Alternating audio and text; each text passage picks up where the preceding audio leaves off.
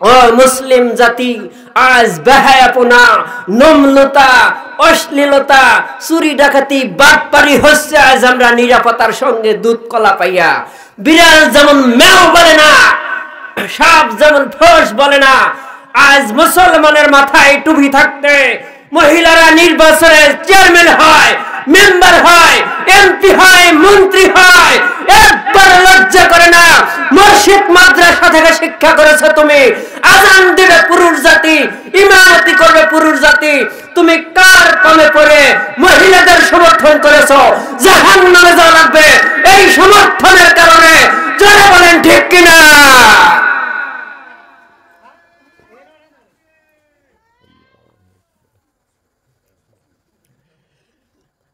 দলিল ছাড়া কথা বলি না। কোরআন হলো আল্লাহর দলিল। সূরা আল নিসার 34 নম্বর আয়াতের দলিল। আর রিজালু কাওয়ামুনা আলান নিসা। প্রত্যেক ঘর, প্রত্যেক কওম, প্রত্যেক মহল্লা, প্রত্যেক রাষ্ট্রে একমাত্র নারীদের নেতৃত্ব দিবে পুরুষ জাতি। জোরে বলেন ঠিক কিনা? নারী নেতৃত্ব যদি জায়েজ থাকতো, আল্লাহর নবীর ইন্তেকালের পর আম্মা আয়েশা সিদ্দিকা নারী নেতৃত্ব দিত। জোরে বলেন ঠিক কিনা? নারী নেতৃত্ব যদি জায়েজ থাকতো, ঈসা রুহুল্লাহর মা মরিয়ম নারী নেতৃত্ব দিত। কিন্তু নারী নেতৃত্ব জায়েজ নাই। নারী নেতৃত্ব যদি জায়েজ থাকতো, ফেরাউনের স্ত্রী আসিয়াও নারী নেতৃত্ব দিত। জোরে বলেন ঠিক কিনা? ফেরাউন আসিয়াকে যায় দাওয়াত দিচ্ছে, আসিয়া তুমি আমাকে খোদা বিলা মানো, মুসার খোদাক মাইনো না। আসিয়া ডাক দেয়, প্রাণের স্বামী, জমিনের মালিক কি তুমি? আকাশের মালিক কি তুমি? চাঁদ ওঠে কি তোমার হুকুমে? সূর্য ওঠে কি তোমার হুকুমে?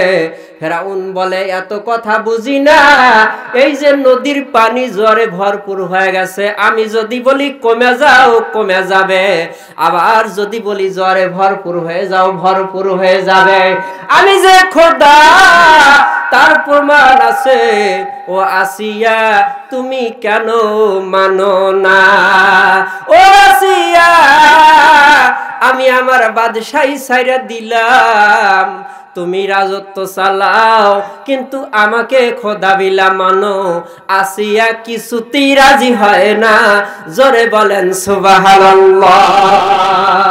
আর আমরা এক পেক বিড়ি, এক সারা ঝুরি লাগা গেল ঘুরাঘুরি, উঠাই যাবে পাইরাহি গেছে, তার মানে ও জাইনাত হইছে। কথা বলেন ঠিক কিনা? কি যে তুমি জানো, বান্দর লাফায় যেমন, তার চাইতে বেশি লাফায় আমাদের ছেলেরা। জোরে বলেন ঠিক কিনা? আমার ভাইরা রে, আল্লাহ রাব্বুল আলামিন আমাদেরকে এই পৃথিবীর জমিনে পাঠাইলেন একমাত্র তারই দাসত্ব, তার গুণগান করার জন্য। জোরে বলেন ঠিক কিনা? আসিয়ার ফেরাউন তর্ক বিতর্ক করতেছে, আমার হুকুমে নদীর পানি বাড়ে আর কমে। ও আসিয়া, আমি খোদা তার প্রমাণ আছে, তুমি কেন মানো না?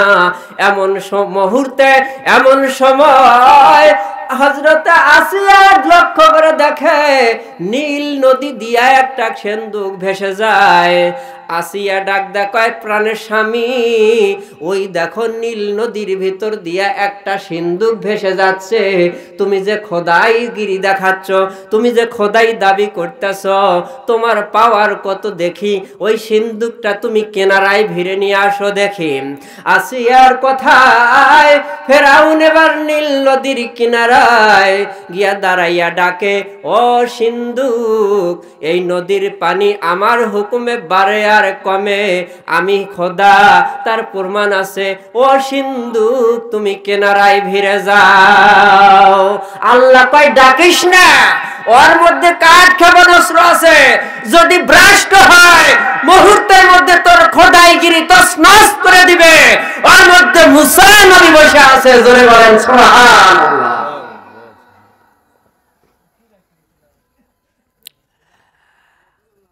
ফেরাউন যখন ডাকলো সিন্ধুক আসে না। আসিয়া কয় তোমার খোদাইগিরি শেষ, তোমার ডাকে তো সিন্ধুক আসলো না। এবার আসিয়া ডাক দেয়, প্রাণের স্বামী দেখো তোমার ডাকে আসলো না, আমি ডাকি দেখো কেমনে আসে। আসিয়া ডাক দিল, ও সিন্ধুক, এই নদী দিয়া ভেসে যাচ্ছ, এই নদী যার সৃষ্টি, তুমি সিন্ধুক ওই আল্লাহর দোহাই দিয়া বলি রে সিন্ধুক তুমি কিনারায় ভিড়ে যাও। সঙ্গে সঙ্গে সিন্ধুক কিনারায় ভিড়ে গেছে। এবার আসিয়া ডাক দেখায়, প্রাণের স্বামী তোমারে আর একবার সুযোগ দিলাম, তোমারে আর একবার সুযোগ দিই, তুমি সিন্ধুকটা উপরে উঠাও, দেখি কত পারো, তোমার খোদাইগিরি পাওয়ার কথা আমি দেখি। ফেরাউন যায়া ওই সিন্ধুকের কিনারে তোলা থেকে উপরে উঠানোর জন্য সিন্ধুকটা এইভাবে ধরলেন, জাগাইতে চেষ্টা করলেন, কিন্তু আমার ভাইরা রে, ফেরাউন এক চুল পরিমাণও সিন্ধুক জাগাইতে পারলো না। জোরে বলেন সুবহানাল্লাহ। আসিয়া কয় তোমার পাওয়ার এখানেও শেষ, তুমি তো সিন্ধুক উঠাইতে পারলা না, আমি উঠাই দেখো কেমনে ওঠে। আসিয়া বিসমিল্লাহ বলে সিন্ধুকটা ধরলেন, তুলার মতো পাতলা হয়ে গেলেন। আসিয়া বিসমিল্লাহর বরকতে সিন্ধুক উপরে উঠায় নিয়ে আসলেন। আসার পরে আসিয়া আবার বলেন, স্বামী গো, তুমি যে খোদাইগিরি দাবি করো, খোদাইগিরি দেখাচ্ছ, তোমাকে আর একবার সুযোগ দিলাম, তুমি সিন্ধুকটা খোলো দেখি কত পারো। এবার ফেরাউন সিন্ধুকের চতুর্পাশে ঘুরপাক খাচ্ছে, ঘুরতেছে, কিন্তু দেখে তালাও নাই, চাবিও নাই। ফেরাউন কয়, আসিয়া তালার হিকমত জানে কে? আসিয়া কয়, আল্লাহ তাআলা ভালো জানে। জোরে বলেন সুবহানাল্লাহ। আমার ভাইরা রে, আসিয়া ডাক দে বলেন, স্বামী তুমি তো তোমার খোদাইগিরি এখানেও শেষ, সিন্ধুক খুলতে পারলা না, দেখো আমি খুলি কেমনে খোলেন। আসিয়া যায়া এবার বিসমিল্লাহ বলিয়া সিন্ধুকে হাত দেওয়া মাত্র সিন্ধুকের তালা খুলে গেছে। খোলার পরে দেখে সিন্ধুকের ভিতর ফুটফুটে একটা শিশু সন্তান বসে কেমন যেন দুইটা ঠোঁট লাড়তেছে। আরে পাগল, ঠোঁট লাড়ে না, উনি হলো আল্লাহর একজন বন্ধু মুসা কালিমুল্লাহ, আল্লাহর জিকিরে লিপ্ত আছে। ওই সিন্ধুকের ভিতরেও শিশু নবী আল্লাহর গুণগান করতেছে, আল্লাহর জিকিরে মশগুল আছে। জোরে বলেন সুবহানাল্লাহ। আমার ভাইরা, এবার আসিয়া ডাক দেখায়, প্রাণের স্বামী দেখেন কত সুন্দর একটা ফুটফুটে বাচ্চা সিন্ধুকের মধ্যে ভৈরা নীল নদীতে ভাসাইয়া দিছে। না জানি কোন মায়ে তোমার মতো ফেরাউনের ভয়ে, না জানি কোন মায়ে তোমার মতো ফেরাউনের ভয়ে তার কলিজার টুকরা সন্তানকে বাক্সর মধ্যে ভরিয়া নীল নদীতে ভাসাইয়া দিছে। ফেরাউন ডাক দেখায়, আসিয়া তুমি ঠিকই বলেছো, তাড়াতাড়ি বাচ্চাটা আমার কোলে দাও, সন্তানটা মেরে ফেলতে হবে। আসিয়া ডাক দেখায়, প্রাণের স্বামী না, এই সন্তানটা মারা যাবে না, আমি আসিয়া কোনো সন্তান নাই, এই সন্তানটি আমি সন্তান হিসাবে লালন পালন করিয়া বড় করব। স্বামী গো, এই সন্তানটি যদি আপনার শত্রু হয়ে থাকে, এই সন্তানটি যদি ভবিষ্যতে আপনার শত্রু হয়েও দাঁড়ায়, কিন্তু এই সন্তানটি যখন আমরা মা বাবা হিসেবে সন্তানটিকে লালন পালন করে বড় করব, নিজের সন্তানের মতো লালন পালন করিয়া বড় করব, এই সন্তান যদি শত্রু হয়, মা বাবার বিরুদ্ধে কোনো কাজ কারবার, আমি পবিত্র কোরআনুল কারীম থেকে সূরা আল ইমরানের 104 নম্বর আয়াতখানা তেলাওয়াত করেছি। আল্লাহ রাব্বুল আলামিন যদি আমারে তৌফিক দেয় এই আয়াতের তাৎপর্যের উপরে কিছু আলোচনা করব ইনশাআল্লাহ। আল্লাহ রাব্বুল আলামিন কোরআনুল কারীমে সূরা আল ইমরানের 104 নম্বর আয়াতে আমার আল্লাহ জানাই দিলেন, ওয়ালতাকুম মিনকুম উম্মাতুন ইয়াদউনা ইলাল খায়র ইয়ামুরুনা বিল মারুফি ওয়া ইয়ানহাউনা আনিল মুনকার। জোরে বলেন আল্লাহু আকবার। আল্লাহু আকবার, আল্লাহু আকবার। ওয়ালতাকুম মিনকুম, আমার আল্লাহ দেখতে চাই বলে বান্দা, ওয়ালতাকুম মিনকুম, আমি দেখতে চাই তোমাদের ভিতর উম্মাতুই, এমন একটা দল, এমন একটা জাতি। উম্মাত মানে দল, উম্মাত মানে জাতি। আমার আল্লাহ তাই বলেন ওয়ালতাকুম মিনকুম উম্মাতুই। আল্লাহ বলেন বান্দারে আমি তোমাদের ভিতর দেখতে চাই এমন একটা দল, এমন একটা জাতি। উম্মাত মানে দল, ইয়াদুনা মানে ডাকা, ইলা মানে দিকে।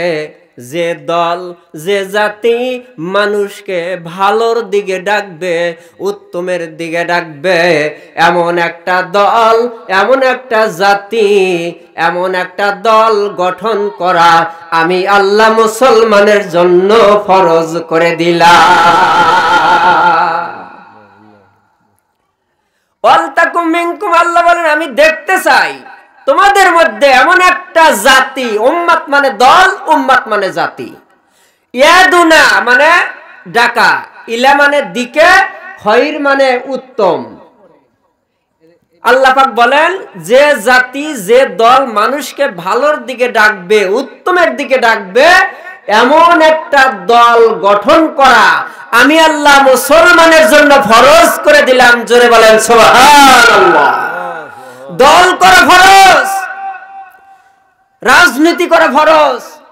যে রাজনীতিতে অসভ্য মানুষগুলো সভ্য হবে, জাহান্নামী মানুষগুলো জান্নাতি হবে, যে রাজনীতিতে সুদ ঘুষ বন্ধ হবে, যে রাজনীতিতে জিনা ব্যভিচার বন্ধ হবে, যে রাজনীতিতে গান বাজনা বন্ধ হবে, যে রাজনীতিতে চুরি ডাকাতি বন্ধ হবে, যে রাজনীতিতে জিনা ব্যভিচার খুন খারাপি বন্ধ হবে, এমন একটা রাজনীতি করা, এমন একটা দল করা ফরজ। জোরে বলেন ঠিক কিনা? আল্লাহ রাব্বুল আলামিন এই আয়াতের অংশে বলেন ইয়ামুরুনা বিল মারুফি ওয়া ইয়ানহাউনা আনিল মুনকার, এবং সৎ কাজে আদেশ করবে আর অসৎ কাজে বাধা দিবে। খাওয়ার পরে মিষ্টি গাছ সুন্নাত আমরা জানি, ঢিলা কুলুপ ব্যবহার করলে নেকি হয় তাও জানি। মেশাকের ফজিলত বর্ণনা করে ফাজাইলে নামাজ আছে, ফাজাইলে কোরআন আছে, ফাজাইলে জিকির আছে, ফাজাইলে আমল আছে, কিন্তু এমন কথা কেউ তো কোনোদিনও বললেন না। তবলিগের বেতনের কথাও আল্লাহর রসুল বলে দিয়ে গেছেন। রসুলের গলায় গামছা লাগায় আর তুমি আমির সাহেব, তোমার শুধু খিচুড়ি খায় পেট মোটা হয়। তুমি মাওলানা, টাকা পায় তোমার গর্দান মোটা হয়। তুমি হাজি সাহেব, মাঝে মধ্যে না করো না আমার দাওয়াত আছে, তোমার বাড়ি যাইতে পারবো না। কি যে তুমি হাজি, কি যে তুমি মাওলানা, কি যে তুমি আমির সাহেব, তুমি মনে করেছো এলাকার মধ্যে আমি একজন হাম, আর গুলা কি ঘরের খাম। কে দিছে তোমাকে পাম? টেপা মাছ লেজ ধরে লড়াইলে পেট ফুলে যায়। পোলাপান মাটির উপর রেখে পা যখন একটা পাড়া মারে ফট্টস করে ফুইটা যায়, তখন সব হয় শেষ। সোনার বাংলাদেশ পরের পামে ভুইল না, আল্লাহর কোরআন ভুইল না।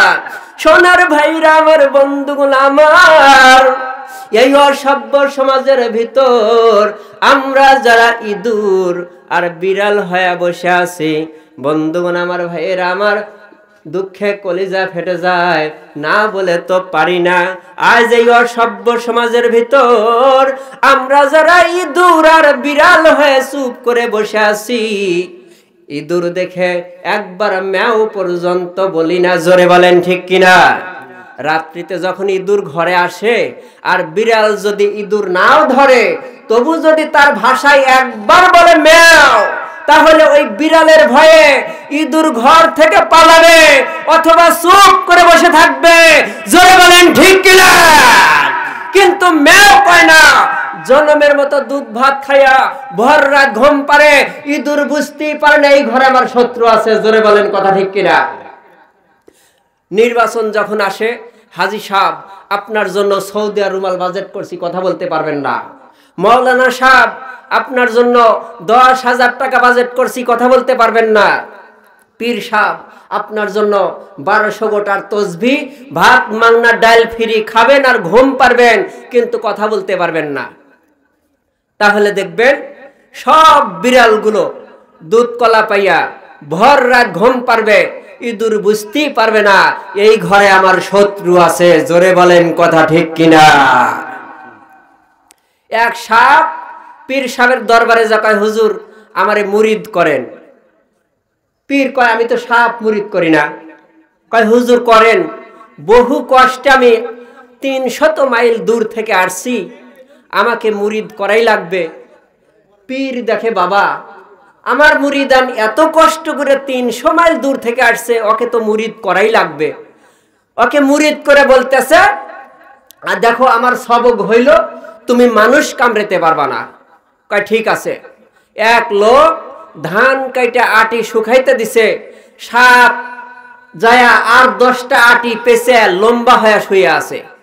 লোকটা যখন সকালে ধান আনার জন্য গেছে, রশি নেওয়ার কথা মনে নেই, লক্ষ্য করে দেখে এই তো রশি। সাপকে রশি ভেবে লম্বা করে পাইরে তার উপর ধানের আটি সাজাইয়া দোস্ত সই কইসা লেজার মাথা বোজার ভিতর গুজিয়ে দিয়ে রাখছে। সাপের ঘাড় ভেঙ্গে ছিঁড়ে অস্থির। পীর সাপ বলছে কামড় দেওয়া যাবে না, মহা মস্ত বড় মুসিবত। লোকটা যখন ধানের বোঝা বারে তিনিয়া সাপটা খুলে দিছে, বহু কষ্টে পীর সাহেবের বাড়ি যা কয়, হুজুর আমারে কি মুরিদ করছেন, দেখেন তো আমার ঘাড় ভেঙ্গে কি করে দিছে। পীর সাহেব কয়, বেটা তুই যখন ধানের আটি পুষিয়েছিলি আর লোকটা যখন তোকে রশি ভেবে ঘাড় পেরা ধরলো, তখন যদি তুই ফোঁস করে উঠতিস তাহলে তো সে ভয়ে দৌড়া ব্যস্ত না। আমি তোকে কামড় দেওয়া নিষেধ করেছি, কিন্তু ফোঁস কত নিষেধ করি নাই, মারামারি করা নিষেধ করেছি, কিন্তু একবার গজল তত নিষেধ করি নাই। ও মুসলিম জাতি, আজ বেহায়াপনা করবে না। ফেরাউন কয়, ঠিক আছে, তাহলে সন্তানটা আমার কোলে দাও, সন্তানটা আমি একটু কোলে লিয়া দেখি। এবার ফেরাউনের কোলে যখন আসিয়া সন্তানটা কোলে তুলে দিল, মুসা আলাইহিস সালামকে যখন ফেরাউনের কোলে দিল, সন্তানগুলো ছোট্ট ছোট্ট বাচ্চা সন্তানগুলো কোলে নিলে আমরা স্বাভাবিক একটা চুমা দিয়া থাকি। তাই ফেরাউন যখন মুসা আলাইহিস সালামের গালে কপালে চুমো দিতে গেলেন, আল্লাহ ডাক দিয়ে বলেন, রে ফেরাউন, আমার বন্ধুকে তোর মতো ফেরাউনের মুখের চুমা খাওয়ার জন্য পাঠাই নাই, আমি পাঠাইছি তোর মতো ফেরাউনকে জাত করার জন্য। জোরে কান মারহাবা।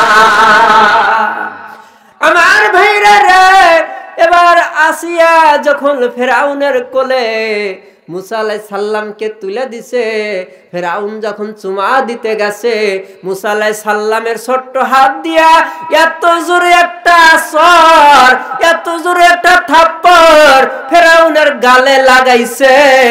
আর ওই সর খাওয়ার কারণে ফেরাউন ঘুরতে ঘুরতে চরকির মতো ঘুরতে শুরু করলো, মনে হয় তার চাপা বৈশা গেছে। ফেরাউন ডাক দেয়, সর্বনাশ, এতটুকু ছোট্ট বাচ্চার হাতের থাপড় এত জোরে হয় নাকি? আরে মানুষ, ও মুসলমান, মুসা নবী ছোট্ট ঠিক আছে, কিন্তু আল্লাহ রাব্বুল আলামিন তার কুদরতি হাত মুসার হাতের সাথে লাগাইয়া ফেরাউনের গালে থাপ্পড় লাগাইছে। যে তোর মতো ফেরাউনের মুখের সুমা খাওয়ার জন্য আমার বন্ধুকে এই দুনিয়ায় পাঠাই নাই, আমি পাঠাইছি বরং তোকে জাত করার জন্য। জোরে বলেন ঠিক কিনা? আমার ভাইরা, ফেরাউন যখন থাপ্পড় খাইলো, ফেরাউন চিন্তা করতে লাগলো, না এই সন্তানকে বাঁচাইয়া রাখা যাবে না, এই সন্তানকে বাঁচিয়ে রাখা যাবে না, কারণ এই সন্তানটি আমার শত্রু হবে। তাই ফেরাউন সন্তানটিকে মারার জন্য পরিকল্পনা নিল, কিন্তু আসিয়ার জন্য মারতে পারতেছে না। আসিয়া মারতে দিচ্ছে না। ফেরাউনের দরবারে তার বন্ধু হামান চলে আসলো। কি হয়েছে বন্ধু? বলে এই সন্তানটি আমার গালে থাপ্পড় মেরেছে, একে বাঁচায় রাখা যাবে না, একে হত্যা করে ফেলতে হবে, কারণ এই সন্তানটি আমার দুশমন হতে পারে, আমার শত্রু হবে। হামান বলল, ছোট্ট একটা বাচ্চার চর দিয়েছে, হয়তো হাত নাড়াচাড়া করতে লেগেছে, তাই বিলা মেরে ফেলবা, হয়তো এই সন্তানটি হাত নাড়াচাড়ার কারণে তোমার গালে থাপ্পড় লেগে গেছে। বলে না, ছোট্ট শিশুর হাতের থাপ্পড় এটা না, আমি ফেরাউনের চাপা বসে গেছে। আমার ভাইয়ের, আমার বন্ধুরে, এবার হামান বলল, ঠিক আছে মারবা যেহেতু মারো, কিন্তু সে বুঝ মান না, অবুঝ না বুঝ, সে বুঝ, তার ভিতরে বুঝ আছে কিনা, সে তার ভিতর জ্ঞান আছে কিনা, সে আসলে নিজ ইচ্ছায় তোমাকে থাপ্পড় মারছে নাকি এমনি মারছে, এটা পরীক্ষা করার দরকার। অতএব একটা ফুলের টুকরা এক জায়গায় রাখো, আর একটা আগুনের আংটা এক জায়গায় রাখো, অথবা কোন কিতাবে লিখেছেন একটা মোমবাতির আগুন ধরায় এক জায়গায় জ্বালিয়ে রাখো, আর এক জায়গায় ফুলের একটা ফুল ফালাইয়া রাখো, দিয়ে বাচ্চাটা ছেড়ে দাও, দেখা যাক বাচ্চাটা আগুন ধরে নাকি ফুলটা ধরে। যদি ফুল ধরে তাহলে বুঝে নেব সন্তানটি বুঝবান, সন্তানটি খুব জ্ঞানী, তোমার দুশমন হবে, তোমার শত্রু হবে। আর যদি গিয়া আগুন ধরে তাহলে বুঝবো সে অবুঝ, তাই তাকে মারা যাবে না। আসলে তো ফেরাউন এই কথাগুলো শুনিয়া তার পছন্দ হইল, ঠিক আছে পরীক্ষা করো। পরীক্ষার জন্য আমার ভাইরা, পরীক্ষার জন্য আগুনের টুকরা রাখলেন এক জায়গায়, ফুল রাখলেন এক জায়গায়। শিশু মুসা আলাইহিস সালামকে নামিয়ে দিলেন, জমিনে ছেড়ে দিলেন। মুসা আলাইহিস সালাম হামাগুড়ি দিয়ে হামাগুড়ি দিয়ে যাইতে এবার ফুলের দিকে রওনা কইল। আল্লাহ ডাক দে বলে, জিবরিল রে, যা, আমার বন্ধু যদি ফুলের টুকরাটা হাতে তুলে নেয় তাহলে সে মারা পড়বে, তুই আমার বন্ধুরে বাধা দে, আমার বন্ধুরে তুই বাধা দে, ফুলের টুকরাটা যেন হাতে তুলে না নেয়, আগুনের টুকরাটা যেন হাতে তুলে নেয়। আমার মুসলমান ভাইরা রে, এবার মুসা আলাইহিস সালামের সামনে জিবরিল এসে যখন বাধা প্রদান করলো, এবার মুসা আলাইহিস সালাম এবার আগুনের দিকে রওনা দিল। এবার আগুনের দিকে যাইতে লাগলো। মুসা আলাইহিস সালাম যায়া আগুনের টুকরাটা হাতে তুললো। শুধু হাতেই নয়, মুসা আলাইহিস সালাম হাতে তোলা মাত্র মুখের ভিতর দিয়ে দিলেন, যার কারণে ওই আগুনের তাপে মুসা আলাইহিস সালামের মুখের জিহ্বাটা পুড়ে গেলেন। আর পুড়ে যাওয়ার কারণে মুসা আলাইহিস সালাম তোতলা হয়ে গেলেন। এই জন্য মুসা তো করে কথা বলতেন, তার কথা স্পষ্ট হইতো না। জোরে বলেন সুবহানাল্লাহ। একটু জিকির করি আল্লাহ আল্লাহ আল্লাহু আল্লাহ আল্লাহ আল্লাহু আল্লাহ আল্লাহ আল্লাহু আল্লাহ আল্লাহু আকবার আল্লাহু আকবার আল্লাহু আকবার আল্লাহু আকবার বলো সবাই বলো আল্লাহু আকবার আল্লাহু আকবার আল্লাহু আকবার আল্লাহু আকবার এ মধুর নামে মেটে হুতাশার জ্বালা ও মধুর নামে মেটে হুতাশার জ্বালা ও মধুর নামে মেটে হুতাশার জ্বালা ও মধুর নামটি পর বলে মালা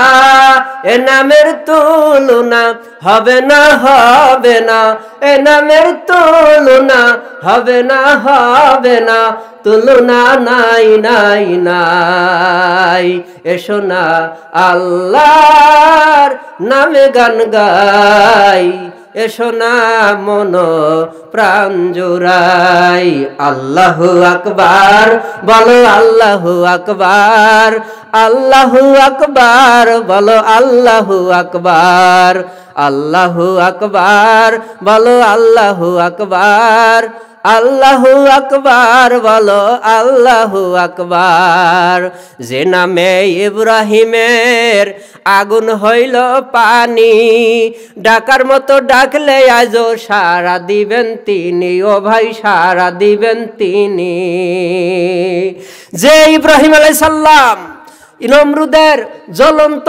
অগ্নিকুণ্ডের মধ্যে আমার আল্লাহ হেফাজত করেছিলেন নমরুদের হাত থেকে হযরত ইব্রাহিম আলাইহিস সালামকে হেফাজত করেছিলেন রক্ষা করেছিলেন ফেরাউনের মতো গুন্ডার হাত থেকে মুসা কালিম আল্লাহকে রক্ষা করেছিলেন হেফাজত করেছিলেন আর ফেরাউনের 14 গোষ্ঠী নীল নদীর মধ্যে দাফন করে দিলেন আজও এই বাংলার জমিনে সেই আল্লাহ আছে না নাই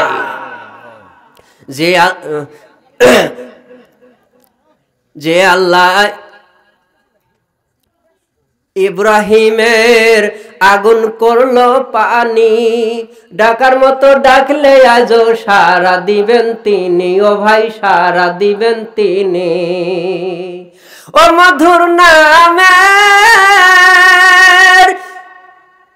মধুর নামে মেটে হুতাশার জ্বালা গলে পড়ো ও নামের মালা ও মধুর নামে মেটে হুতাশার জ্বালা গলে পড়ো ও নামের মালা ও নামের তুলনা হবে না হবে না ও নামের তুলনা হবে না হবে না তুলনা নাই নাই নাই এসো না আল্লাহর নামে গান গাই এসো না মন প্রাণ জোড়াই এসো না আল্লাহর নামে গান গাই এসো না মন প্রাণ জোড়াই এ নামে সুখ নেমে আসে এ নামে জপিলে সুখ নেমে আসে ও মধুর নামটি নিলে হৃদয় হাসে ও মধুর নামে সুখ নেমে আসে ও মধুর নামে হৃদয় হাসে